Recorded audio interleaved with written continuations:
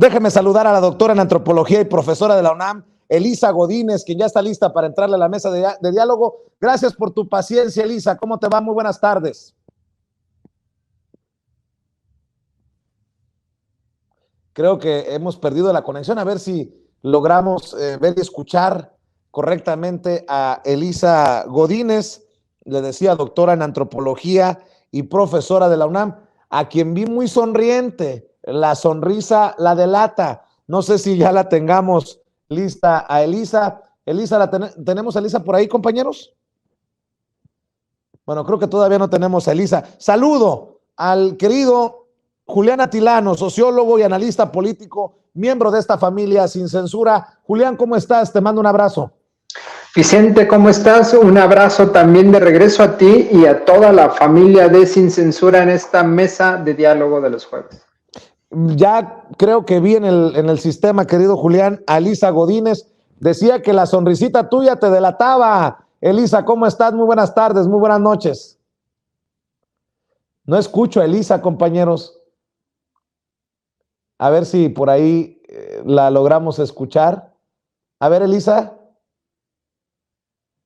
No, pero no logramos escuchar a la querida Elisa Godínez. Bueno, nos arrancamos con Julián y nos va a alcanzar seguramente Elisa en el transcurso. ¿Cómo ves a Loret y a Broso?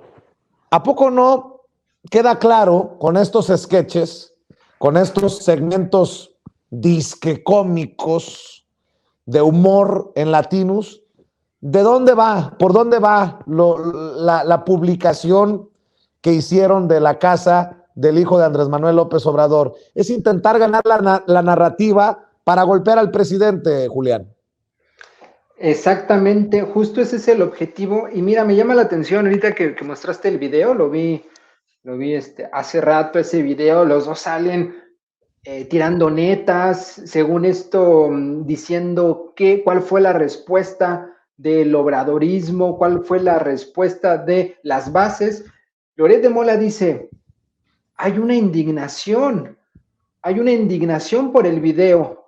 La gente que apoya a López Obrador está indignada porque uno de sus hijos le salió rico. A ver, Loret, si la gente está indignada es por las mentiras de ese reportaje. A mí me llama mucho la atención esta narrativa que intenta construir con Broso porque pues pareciera, o lo que intentan hacer es diseñar una imagen de lo que está pasando en la realidad. Yo te diría, Vicente, que salga Loret de Mola a la calle, a cualquier calle de la Ciudad de México, por ejemplo, en el centro, con su micrófono, y le pregunte a la gente qué piensa de su reportaje. De entrada, no se va a animar, porque es un cobarde, porque es alguien que está escondido, y por otro lado, lo que se va a encontrar es una indignación, sí, pero por los negocios que está haciendo, por la corrupción, y porque está construyendo toda una narrativa ligada a los medios corporativos, ligada a los negocios, ligado a Claudio X González, y es eso lo que estamos viendo. La indignación es contra de él. Y otra cosa, Vicente, respecto al tema del hijo del presidente. Por primera vez vemos un gobierno en el que los hijos del presidente dan un paso atrás y se salen de la política.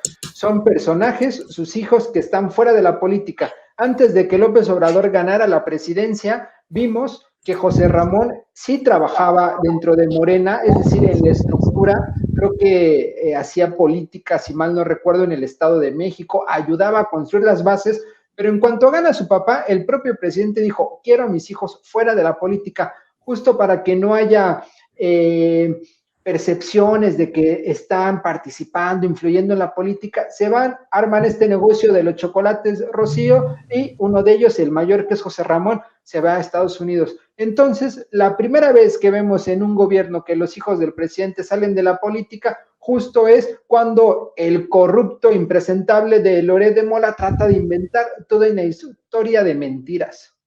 Así es. Ahora sí, espero poder saludar. Decía que la risita era la que te delataba, pues porque claro que entendiste lo que quise decir y porque además son un chiste estos personajes. ¿Dónde está lo serio? A ver, Yo sé que no me puedo dar golpes de pecho ni ponerme como ejemplo porque muchas veces soy todo menos serio. Pero ¿con qué seriedad toman una investigación en espacios como los que ya hemos señalado, Carmen Aristegui y otros medios, cuando el que presentó la investigación se pitorrea del presidente con un paya? No me cabe en la cabeza, simple y sencillamente no me cabe en la cabeza. Querida Elisa, te saludo con mucho gusto. Sí, a ver si ya me escucho, perdón, hace rato Sí. que no sé qué pasaba, pero bueno, aquí estoy, saludo a Julián también y a la audiencia, un abrazo. Pues por supuesto que estoy de acuerdo contigo, Vicente, que digo, por supuesto me da risa y sí, de pronto, pues uno no le queda opción más que, pues eso, ¿no? O sea, ver que están en la lona en términos de argumentos y pues también en términos de autoridad moral. Sin embargo, fíjate que a mí sí me preocupa una cosa porque a pesar de que no, digamos, no hay pruebas reales de lo que intentaron mostrar en ese reportaje, es decir, dijeron, bueno, sí, el hijo de López Obrador vive como rico, que pues realmente ni siquiera es tanto, pero tratar de meter la insidia, ¿no? Pero el punto es que no demostraron nada, porque el tema aquí es que siguen utilizando digamos, la reverberación de ese reportaje como viles mentiras y bueno, lo que vimos ahorita, este fragmento que pusiste hace rato de Broso con Loret, ¿no? Y dice, no, es que el presidente está enojado y el presidente no sé qué, y seguro le pegaron a sus bases y esto sí está pegándole. A ver, eso es lo que quisieran ellos. Y es precisamente, me parece que, digamos que me preocupa no tanto porque realmente vaya a suceder que le esté pegando a las bases y la gente esté realmente creyéndose esa mentira, sino porque creo que están dispuestos a subirle al tono de las cosas. Eso es lo que noto yo. Me llamó la atención lo que decía hoy Loret en el Universal, dando a entender, o así lo entendí yo, que también había que preguntarse por el otro hijo de López Obrador, ¿no? Por Andrés Manuel Chico. Entonces, siento que aunque vayan a seguir calumniando, o sea, no importa si no es cierto, el tema es que van a seguir apostándole a esto, ¿no? Y se sabe que una campaña permanentemente de golpeteo, digo, la hemos visto, pero sí, claro que puede empezar a subir de tono, ¿no? A ver, déjame preguntarte, porque dices subir de tono por un lado y por otro le bajan el nivel. ¿Cómo ves a Lili Telles? Lili Telles tomando la palabra para decirle a José Narro Céspedes, quien en ese momento fungía como presidente de la mesa directiva del Senado en ausencia de Olga Sánchez Cordero, que no se chupe los dedos y que le den un pañuelo para que no se meta los dedos a la nariz. O sea, dices tú, ¿es en serio esto, Elisa? Te lo pregunto primero a ti porque luego dicen, uy, Vicente, te van a acusar de misógino. No, yo no estoy atacando a la mujer, no estoy ni siquiera señalando a la mujer, ni siquiera es un ataque, es una crítica. La gente de México merece mejores legisladores, por favor. Pues mira, Vicente, justo me acordaba que es varias veces que lo hemos comentado en esta mesa aquí contigo y otros compañeros. Cada espectáculo de estos que da Lili Telles y otros personajes de la oposición en el Congreso, sea en el Senado o en la Cámara de Diputados, pues es cada vez más ridículo y cada vez más abajo. Cuando crees que ya tocaron fondo, no, siempre va a haber algo más y más abyecto. Creo que, y no es nada nuevo lo que voy a decir, ni es nada propiamente ya original, porque todos quienes tenemos más o menos idea nos damos cuenta que justamente esto que decías, ¿no? Están dispuestos a subir el tono y un poco también lo que veíamos en el segmento anterior, de que también están echando mano de personajes a nivel internacional para hacer crecer esto, ¿no? Que de repente sale Jaime Bailey y otros tantos, a montarse también, ¿no? En esta ola de golpeteo. Entonces están subiéndole el tono, pero también están bajándole el nivel. Y esto no es más que la muestra de la falta de proyecto, de la falta de ideas y sobre todo de la falta de vergüenza que tiene la oposición. O sea, si no estuviera tan perdida y tan en la lona, pero están actuando, me parece que de manera muy desesperada, ¿no? Y los ridículos de Lili Téllez pues son parte de eso, ¿no? Es como no tienen ideas, como no tienen argumentos, apuestan al escándalo, apuestan a la estridencia, a la falta de respeto, a la ofensa. Es muy desagradable y yo siempre lo he dicho, creo que México requiere una oposición de mayor nivel. Bueno, muchos me dicen, sí, cabrón, pero tú te la pasas mentando madre. Sí, pero yo no soy legislador, yo no soy senador. Que quede claro que ahí sí que hay niveles. Julián, lo de Lili Téllez es, ya no sé si patológico, pero sí representativo de esta oposición, lo voy a decir con todas sus letras, no moralmente derrotada, la oposición pedorra, como les dice Gerardo Fernández Noroña. O los paniaguados, como también le dice Fernández Noroña. Mira, las declaraciones de Lili Téllez son repugnantes. A mí, mira, paso entre la risa, entre la preocupación, entre la indignación, cada que la escucho, porque es alguien que está construyendo un personaje, es alguien que incluso, porque ella así lo ha dejado ver, aspira, y no se vayan a reír, aspira a ser candidata a la presidencia por el PAN o por cualquier partido. Perdón. Dile a la producción que aquí entre las risas grabadas, Vicente. Bueno, la risa de Rafa Herrera, para que entienda la audiencia de Sin Censura. Perdón, Julián. Pues sí, Vicente, sí, ella lo ha dejado ver en distintas intervenciones. De repente que algún medio pedorro la pone ahí entre las aspirantes y los aspirantes a la presidencia, lo comparte y se ríe, ¿no? Hay una risita como que no queriendo, pero justo muestra esa inquietud, esa necesidad, esas ganas de ser candidata a la presidencia, y entonces lo que vemos es la construcción de un personaje, pero no está construyendo una candidatura con ideas, como decía Elisa. Lo que estamos viendo ya es la estridencia pura, es el sinsentido. Imagínate las cosas tan importantes que se debaten en el Senado, como para que ella levante la mano, pida la voz y le diga al senador Narro que no se meta los dedos en la nariz. Después, una senadora de Morena dice que eso ni siquiera ocurrió, que se lo había inventado. ¿Y qué es lo que busca? La nota, busca verse muy irreverente, busca verse como alguien que está ahí en el debate, y lo que estamos viendo son puras tonterías de Lili Téllez. A mí me parece preocupante por el espacio que está ocupando.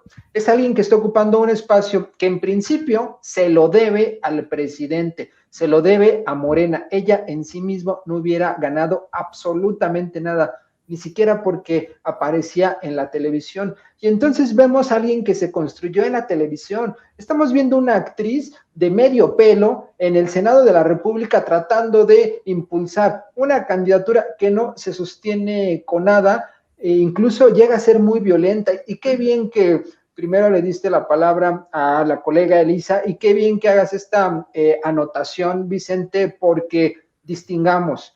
No es hablar en contra de la mujer, no es hablar en contra de Lili Téllez como mujer, sino como figura pública, como alguien que está ocupando un espacio en el Senado. Y definitivamente justo es que no hay narrativa. ¿Y sabes quién sí está poniendo la narrativa? Buena o mala, pero está tratando de construir algo. Loret de Mola, Claudio X González, es decir, no son los políticos, no son los partidos quienes en este caso tendrían que estar posicionándose en contra a partir de la construcción de narrativas, sino que son los medios de comunicación corporativos, que al final de cuentas es el mismo grupo, pero lo que estamos viendo es que los partidos, la oposición, el PRI-PAN-RD, no está articulándose para impulsar alguna idea. Están viviendo al día a día, y el tono lo está poniendo, imagínate, Loret de Mola. A mí eso me parece preocupante, porque además de ver una oposición partidista en la lona derrotada, estamos viendo que las corporaciones, el capital, los del negocio, los del business son los que están poniendo la voz cantante, y eso en una democracia es muy preocupante.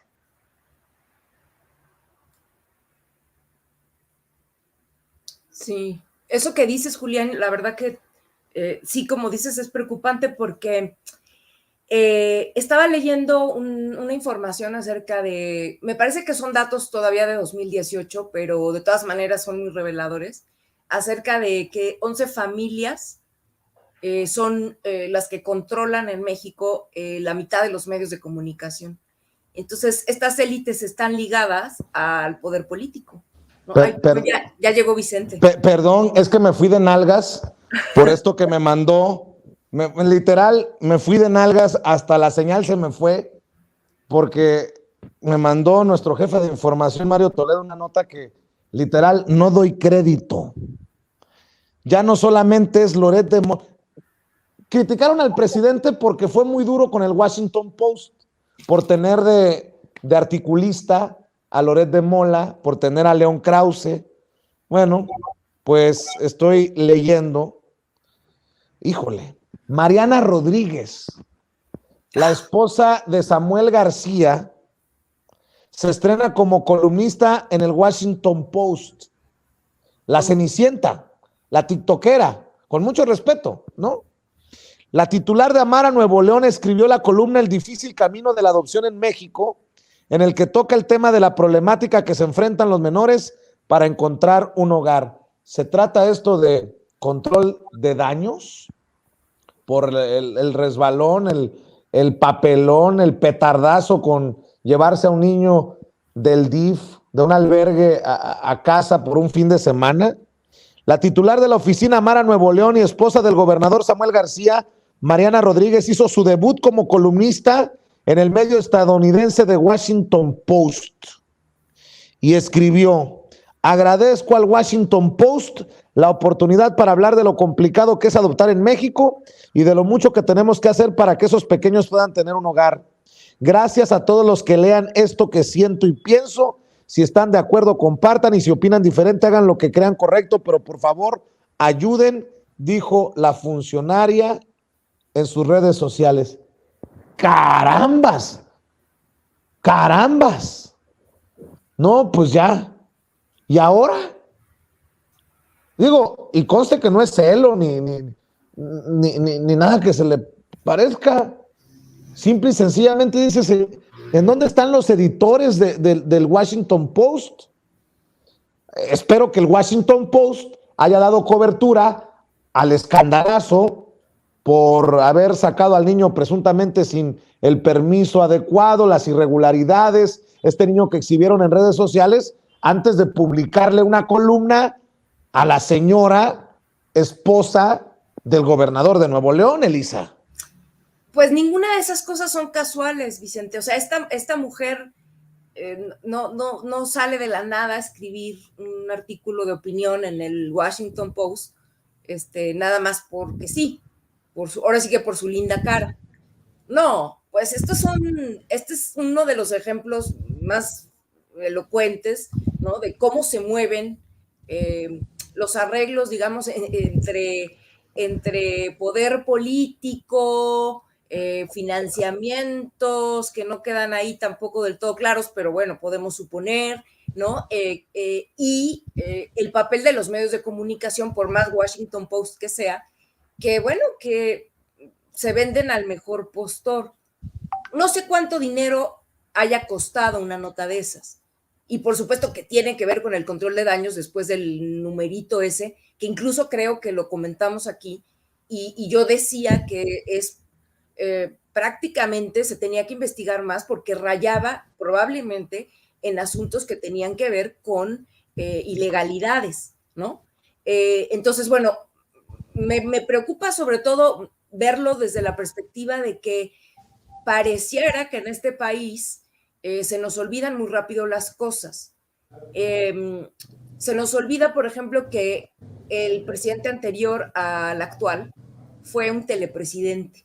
Fue un presidente que fue producto en gran medida de la producción televisiva, ¿no? Él era un figurín y Televisa y otros tantos estuvieron muy metidos en su elaboración como producto político. Y bueno, todo lo que ya sabemos, que ¿no? Su vida de telenovela y todo esto. Ahora tal vez es diferente en el sentido de que se estarán usando más las redes sociales cuando antes fue la televisión, ¿no? Hace más de 10 años o lo que haya sido, ¿no? Pero el punto aquí es que no podemos, como sociedad, seguir permitiéndonos no darnos cuenta y no tener una mirada mucho más crítica ante este tipo de, pues, yo diría que montajes, ¿no? O sea, montajes de todo tipo, montajes de Loret, montajes de estas fake news con la casa que supuestamente, ¿no? Todo el numerito que le quieren hacer al hijo de López Obrador, estos montajes de esta parejita que quiere aparecer como, en fin, estamos llenos de espectáculo malo, pero tenemos que ser más críticos y poner el ojo ahí en cómo están funcionando los medios, en quiénes están financiando los medios, y conectarlo también con estas campañas golpistas en los medios. Yo preguntaría, ¿qué tendría que hacer Juliana Tilano, Elisa Godínez,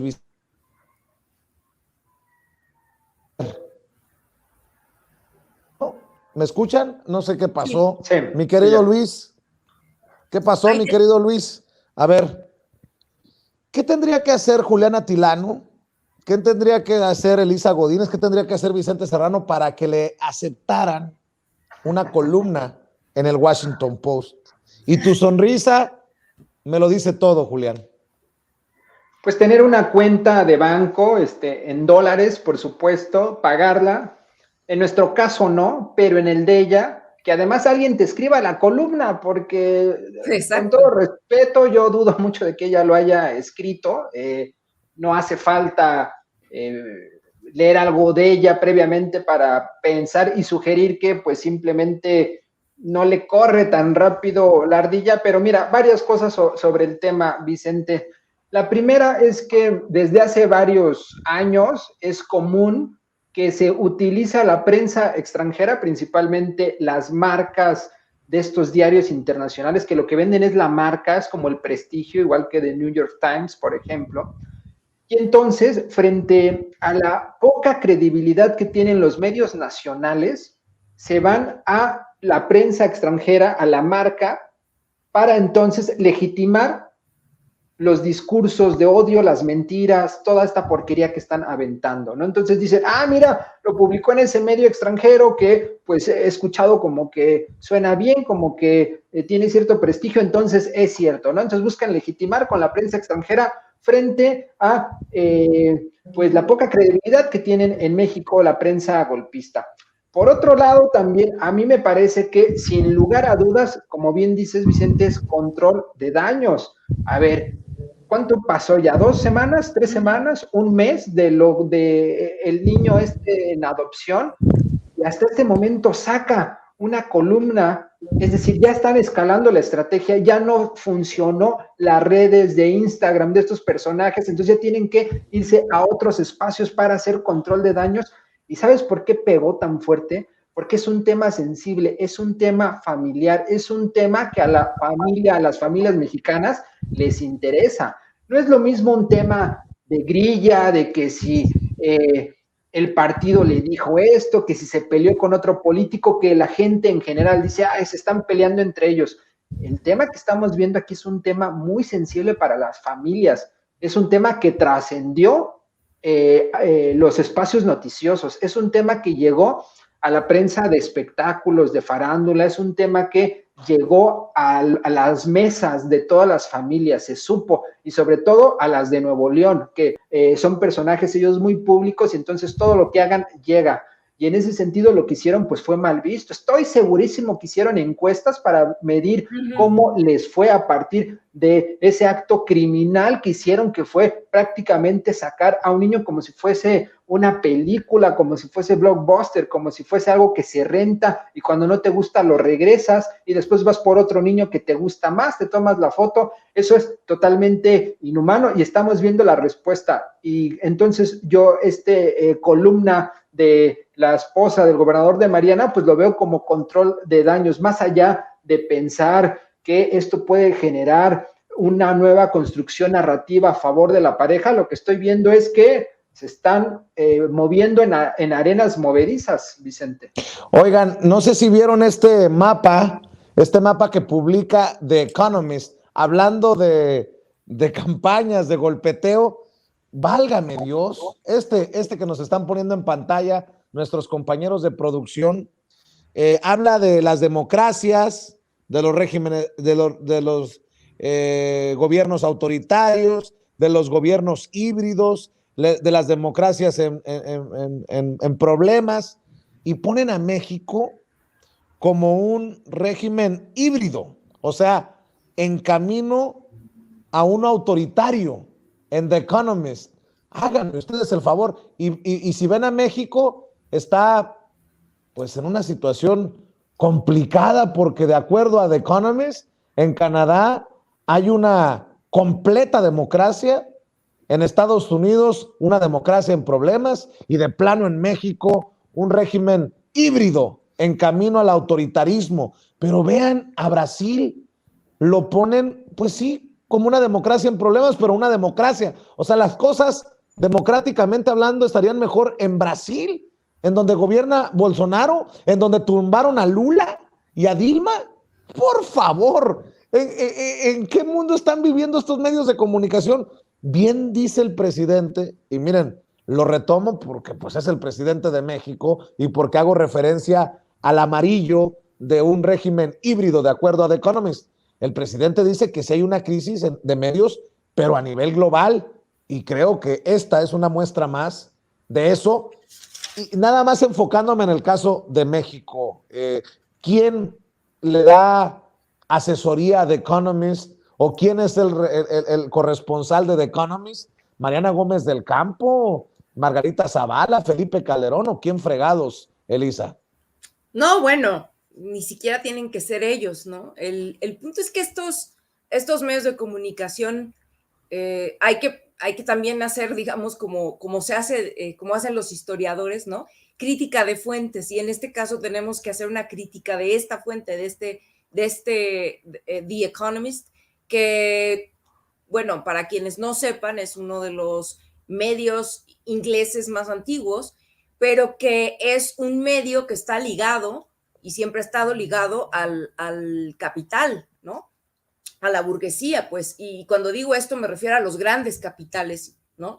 Entonces, ¿cuál es el interés de estos medios? Digo, voy a decir una obviedad y una verdad de perogrullo, pero pues defender sus intereses, que son los de sus financiadores y que son los de los grandes oligarcas del mundo, ¿no? O sea, no están para hacer un trabajo objetivo, imparcial, para informar, no. Es un medio, ¿no? De la altísima burguesía, ¿no? De la oligarquía internacional. Entonces, así hay que leerlo. ¿Por qué le suben de tono en este momento? No es casual tampoco que le suban en este momento. O sea, en este momento en México se está discutiendo algo muy importante, algo muy relevante, que es la reforma o la propuesta de reforma eléctrica y de la posible nacionalización del litio, ¿no? Entonces, esos temas hay que leer en ese contexto estas cosas, ¿no? No es casual, además, que pongan a México como, vaya, como una democracia híbrida, o cómo le ponen, ya ni sé cómo lo dicen, pero bueno, digamos, en peor condición que Brasil, tú lo decías hace rato, Vicente, o sea, sí. ¿En qué cabeza cabe, no? Es el colmo del cinismo, pero no es la primera vez que hacen esto, o sea, cada tanto sacan una de estas portadas o uno de estos notas, pues justo que lo que buscan es a mi juicio, presionar, ¿no? Es una forma de presión. Julián, ¿cómo ves tú esto que dice Elisa y este mapa? Que, pues no sé de dónde se lo sacaron, entendió el que entendió. Coincido con Elisa en que lo que se busca con este mapa es presionar no solo a México, a los países que los ponen mal, particularmente a México. Y mira, qué bueno que lo presentas y qué bueno que señalas las incongruencias. Porque mira, incluso Chile, que es el que está hasta abajo del lado izquierdo, esa línea delgadita, aparece como una democracia como sustancial, sólida, llena, fuerte.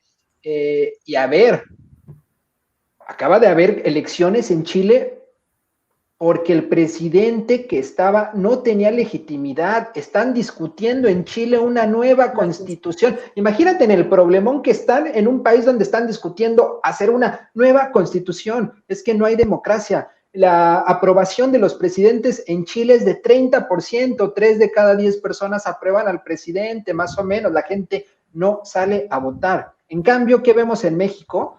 Vemos una elección en 2018 histórica. Vemos una participación plena, vemos partidos políticos que nos guste o no, ahí están y nadie les dice nada. Vemos libertad de expresión garantizada. En este sexenio no ha habido ningún periodista que hayan corrido, como sí sucedió en otros sexenios con Carmen Aristegui. Otros elementos para pensar la democracia es si en un país la gente tiene acceso a derechos, come, educación, y eso está en México también garantizado. Es decir, hay que buscarle en las distintas formas de entender la democracia y en México se cumple. Entonces, que aparezca México como un país híbrido que tiende a un autoritarismo, me parece una tomada de pelo, y lo que buscan es presionar y también construir esta idea de que México va hacia un autoritarismo, pero no es esta idea que está haciendo este diario para consumo local, es para consumo de capital, porque este tipo de índices pedorros, también así lo voy a decir, lo usan las financiadoras, lo usan muchos grupos globales para hacer negocios y para también utilizarlos y decir, bueno, pues yo no voy a invertir en tu país porque es autoritario, etcétera. Es decir, están tratando de influir en el capital. Este índice en particular es para influir en el capital, y lo que sí se usa en México, este mapa se usa en México, pues para alimentar a la oposición. La gente, los que están en las universidades, en la academia, como en el CIDE, se están dando vuelo con este mapa y están diciendo, ya ven, México, teníamos razón, México vive en un régimen híbrido que tiende a el autoritarismo. Pero para decirle aquí a la familia de Sin Censura, quien hace este mapa es una serie de personas, son 50 personas, si mal no me equivoco, que The Economist entrevista. ¿Quiénes son? ¿Quién sabe? Obviamente no son personas plurales. Imagínate que aquí entre tus compas hagas una encuesta, pues obviamente México va a salir como un país muy democrático. Es decir, tiene que ver con los sesgos de los grupos, pero hablando así en términos llanos y objetivos, pues simplemente es algo que no debe tomarse en serio, y pues qué bueno que lo estemos comparando con otros países para darnos cuenta de que pues nos están mintiendo, porque si solo nos enfocamos en México y en lo que dice este diario lleno de intereses económicos, pues entonces estaríamos pensando que realmente México es autoritario, pero de ninguna manera. Así es. Voy a hacer una aclaración porque leo a Asmi Espinosa. Dice, ¿alguien sabe por qué Vicente ya no ha invitado al doctor Jalife? No, sí lo ha invitado. El problema es que no ha de estar con nosotros. Le voy a comentar, acabamos de hecho de intercambiar mensajes precisamente sobre este tema. Él me mandó precisamente este mapa y dice, The Economist siendo The Economist. Y bueno, le voy a comentar al doctor Alfredo Jalife que ustedes quieren que regrese aquí a Sin Censura para que vean que los leo a todos. Dos cosas antes de despedirnos, si me permiten y si tienen tiempo, Elisa, Julián. Una, ahí les va. Podemos dormir tranquilos, Elisa, podemos dormir tranquilos, Julián.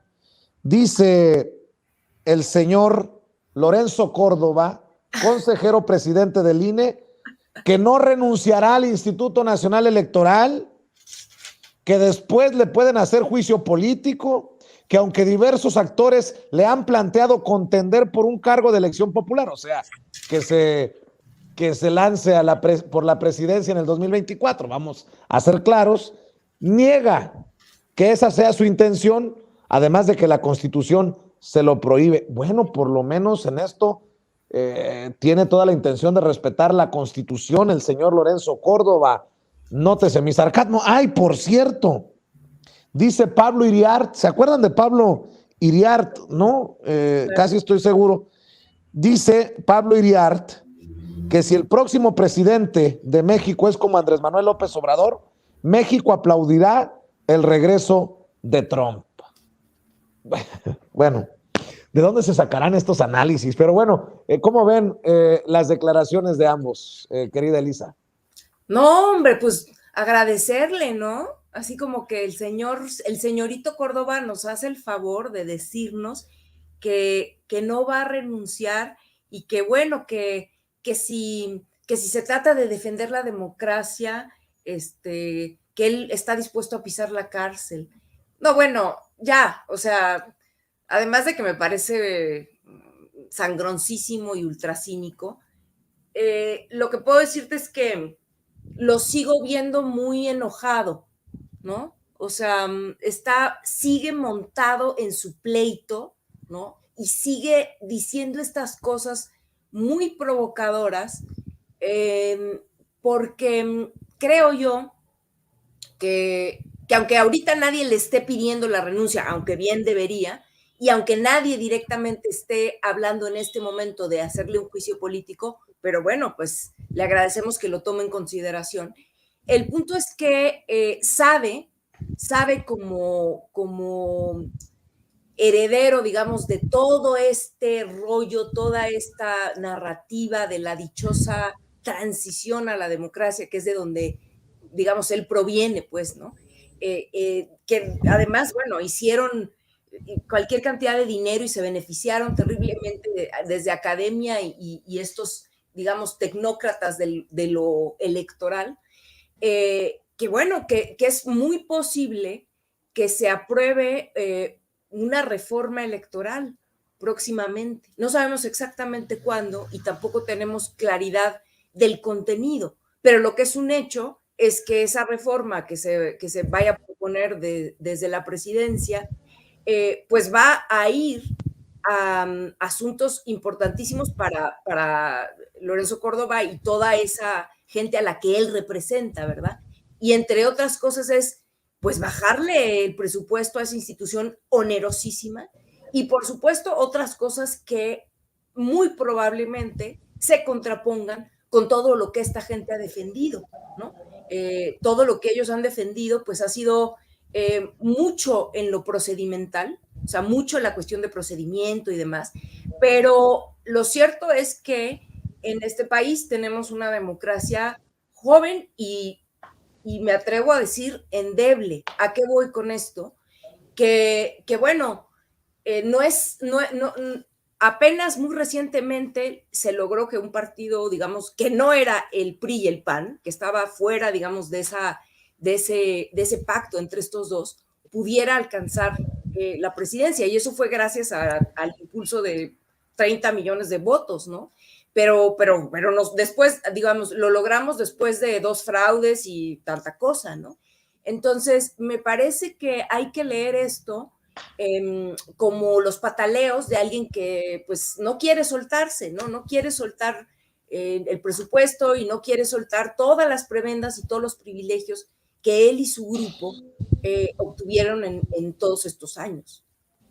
Así es, y nada más para que quede claro, esta mañana el consejero presidente del INE participó en el Senado en la reunión de trabajo del grupo parlamentario Plural con Germán Martínez el traidor, con Álvarez y Casa, con Gustavo Madero, y ahí dijo que la revocación de mandato va, que todas y todos los ciudadanos, gracias a las decisiones del INE, van a tener una boleta esperándolos en los centros de votación y que lamentablemente no son los que en términos de número establece la ley. También dijo en ese evento que los ataques que sufren las instituciones electorales y la integridad de las propias elecciones en el mundo pueden articularse en 4 grandes ejes: la descalificación, las amenazas a la integridad de funcionarios, las restricciones presupuestales y las reformas electorales. Pero no seas mal pensado, Julián, no creas que andaba haciendo cabildeo ya para que se empiece a mover la oposición contra la reforma electoral que se viene.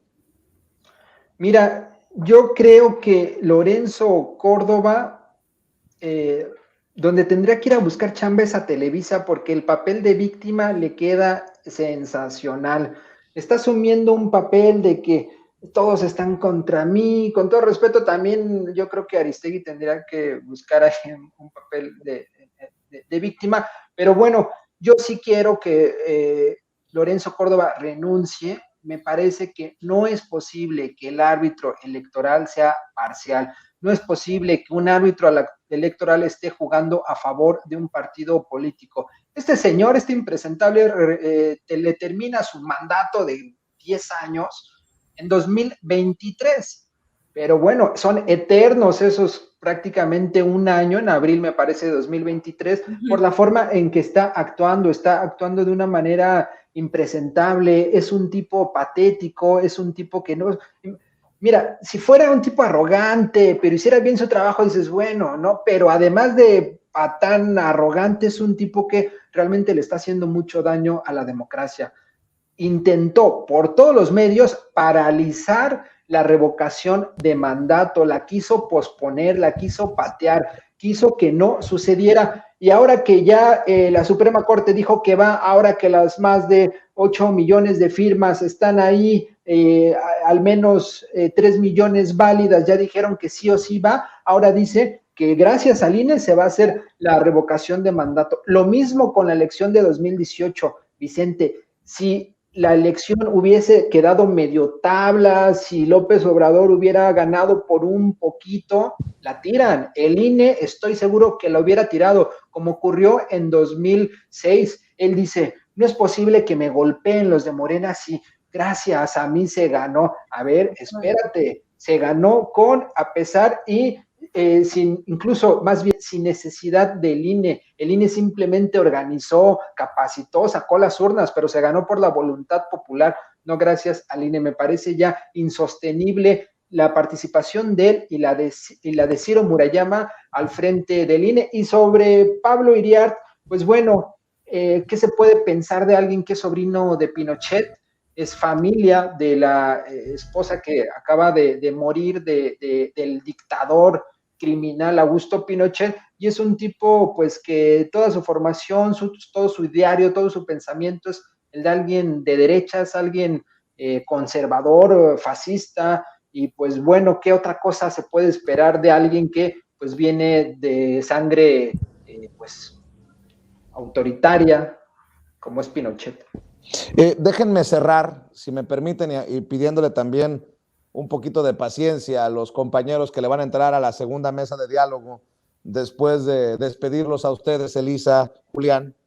Ustedes saben que los respeto y que los admiro, y porque ustedes también andan muy activos en redes sociales, creo que podrían darme una opinión acerca de este nuevo reporte, de esta nueva investigación, que creo que se convierte en otro petardo más de Aristegui Noticias al publicarlo, que señala a Vicente Serrano, a Sin Censura, como parte de una red para atacar, para criticar, para golpetear a Carmen Aristegui directamente y defender al presidente después de las investigaciones de la chocolatería Rocío y luego de esta de la casa del presidente, de la casa del hijo del presidente.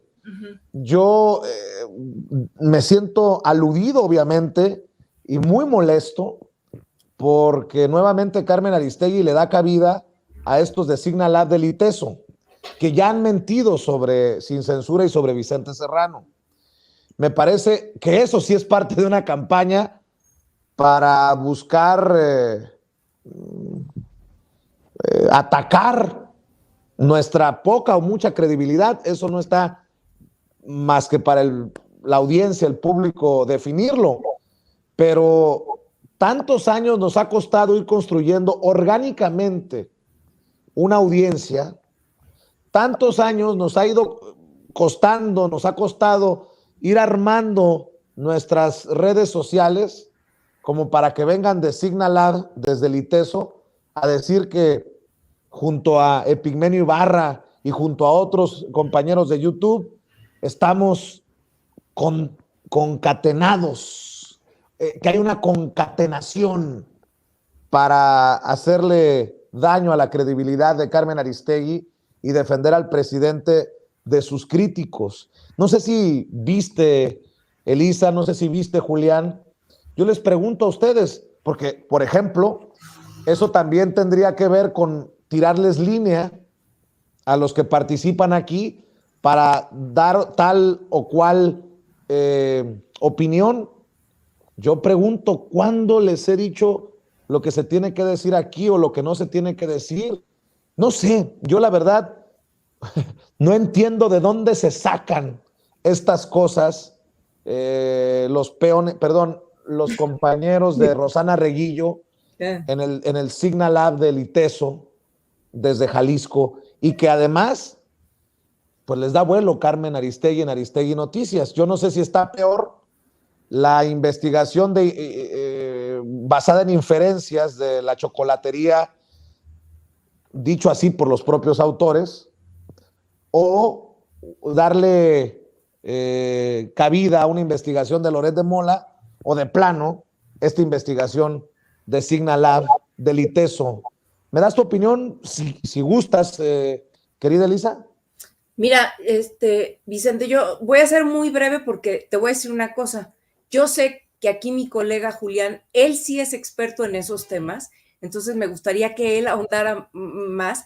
Yo, sobre todo en el tema de Signal Lab y todo este tema de las redes y esto, yo solo diría lo siguiente, porque la verdad es que sí me da un poquito de coraje, digamos, que Carmen, muchos la defendimos, la escuchamos. Yo creo que para mí sigue teniendo valor en un momento dado, en un momento histórico de país que teníamos hace tiempo. Ella tuvo un papel importante. Sin embargo, lo que creo es que el desprestigio no viene de dos o tres tuiteros famosos o youtuberos famosos que se organicen y estén haciendo un complot en su contra. No, yo digo, a reserva de que se discuta más eso y se vea que no es verdad por lo demás, sino yo creo que es que me apena mucho decirlo, pero el desprestigio se lo ha ganado ella sola. ¿A qué voy con esto? Ella me parece que ha decidido qué juego jugar en los últimos tiempos. Ella, el juego que ha decidido jugar es ser sobre todo una marca, ¿no? Venderse como marca, y una de las cosas que ella vende pues es la idea de que ella es crítica del poder, ¿no? Y entonces en esta idea de ser crítica del poder se entiende que el poder es el poder político y especialmente los presidentes, ¿no? Entonces ella, bueno, dice, yo fui crítica de Calderón y fui crítica de Peña Nieto, ¿por qué no habría de ser crítica de López Obrador? Y bueno, ese es parte de su marketing, ¿no? Aquí el punto, me parece, es que ella ha dado cabida en su programa no solo a trabajos periodísticos de ínfima calidad, como los que recientemente a ella divulgado, aunque ella directamente no los haya hecho, pero les ha dado cabida. Y por otro lado, con algo que ella dijo hace tiempo, que escuchaba a sus audiencias y todo este asunto, hizo una especie ahí de performance, ejercicio para aparentemente escuchar lo que decían sus audiencias y escuchar las quejas, ¿no? Y lo único que hizo a partir de ese ejercicio, en donde sus audiencias se manifestaron, fue un poco un cambio cosmético, un cambio gatopardista en donde cambió para no cambiar nada. Entonces movió a algunas personas de las mesas, pero siguió prácticamente con el mismo esquema, con las mismas personas en las mesas. Y por cierto, en mesas que son la mayoría opositoras. O sea, no hay un balance. A mí no me preocupa que tenga opositores en sus mesas, sino que son prácticamente todos. Solo tiene una mesa en donde está Lorenzo Meyer y Fabricio Mejía, ¿no? Que son los únicos de todas las mesas de la semana que tienen una posición no de oposición, digamos, ¿no? Entonces, ella es con todo este trabajo que hace ahora sí, la que ha decidido tomar partido y colocarse en ese lugar. Me parece también que hay un punto que tiene que ver con quién patrocina, ¿no? su trabajo. Yo no sé, pero ella también valdría la pena que se transparentara, ¿no? ¿Quién está patrocinando? Y bueno, yo hasta ahí la dejaría y más bien me gustaría escuchar a Julián sobre lo de las redes. ¿Cómo ves, Julián? Pues mira, empiezo en la línea que comentó Elisa. A ver, no hay que olvidar que Carmen Aristegui le abrió el micrófono en su programa a Guaidó, al golpista de Venezuela. ¿En función de qué? ¿En nombre de qué invitas a un golpista que no es absolutamente nada, no tiene ningún cargo, no es candidato, no es el presidente, y lo invita y le da voz? Empecemos a investigar un poco más cuáles son los intereses que hay, no sé si de Carmen, no sé si de la gente que la rodea, no sé si su relación con Reforma, no sé si su relación con CNN, pero me parece preocupante que le dé voz a ese tipo de personajes. Lo mismo a Penny Lane, que, pues mira, es una golpista. Hay quien dice que hasta es agente, no sé, valdría la pena hacer ese análisis. Y con esto lo que quiero decir es que Carmen Aristegui no es el ideal de la periodista, no es la periodista crítica. A ti te pueden criticar de que digas groserías y lo que tú quieras, pero eres transparente, eres honesto y te posicionas. Ella, en cambio, se posiciona, como bien dice Lisa, como alguien que es objetiva, pero su programa no es objetivo. Su programa está cargadísimo a la derecha e intenta lavarse la cara con estas voces de Fabricio y Lorenzo para tratar de equilibrarlo. Y ya escuchamos a Ledesma, que dijo que les prohibió Carmen, a Lorenzo y a Fabricio participar en otros programas. ¿Qué tipo de pluralidad y respeto hacia la voz de los comentaristas es eso? Ahora, respecto al informe de Signa, mira, yo aquí quiero marcar claro una distinción entre lo que voy a decir ahorita y mi adscripción, porque participo yo también en un laboratorio, que quede bien claro que lo que voy a decir es a título personal. Me parece muy lamentable lo que están haciendo en Signa Lab, porque pues están haciendo un análisis sesgado, es decir, un análisis que no está viendo toda la totalidad y además con una intención muy clara. Se la pasan constantemente señalando que hay agresión. Fueron de los primeros que empezaron a decir que México estaba polarizado, cuando en realidad vemos que en Twitter sí nos damos con todo, pero en una sociedad donde un presidente tiene 70% de aprobación, no se sostiene que el país esté polarizado. Ya después empezaron a decir que bueno, que siempre no, que no tanto. Hicieron un estudio en junio de 2020, cuando el gobierno de Enrique Alfaro la fiscalía levantó a jóvenes, la fiscalía los levantó, los secuestró por algunos momentos, hicieron seguro un análisis y no fueron capaces de decir que los levantaron, matizaron ahí, medio le lavaron la cara a Enrique Alfaro. Y ahora lo que vemos es que pues hay un pago de favores entre artículo 19, entre la propia Carmen, entre la propia Rosana Reguillo. Mira, como uno como académico, cuando publica algo, tiene que sostenerlo, tiene que salir y defenderlo, porque tenemos que ser muy, muy, muy responsables con lo que publicamos. yo vi que el día de ayer que publicaron ese informe, hubo muchos periodistas, hubo mucha gente que salió indignada a reclamar. No ha habido respuesta. Yo diría que vengan aquí, si quieres hacemos un debate o que vengan y podemos platicar. ¿Por qué no le responden a la ciudadanía? Parece entonces que lo único que hicieron fue hacer una investigación a modo para ayudarle a la amiga Carmen Aristegui, que eso es una red, y también pensémoslo así como hablamos de redes, así como hablamos de Washington Post, de Loret de Mola, también en el espacio periodístico de la academia hay redes, hay afinidades, hay redes que no se ven, hay grupos de chat que se articulan para conformar narrativas, y lo que estamos viendo es una respuesta inmediata para tratar de impulsar desde la academia, es decir, legitimar una idea de que se está violentando a Carmen.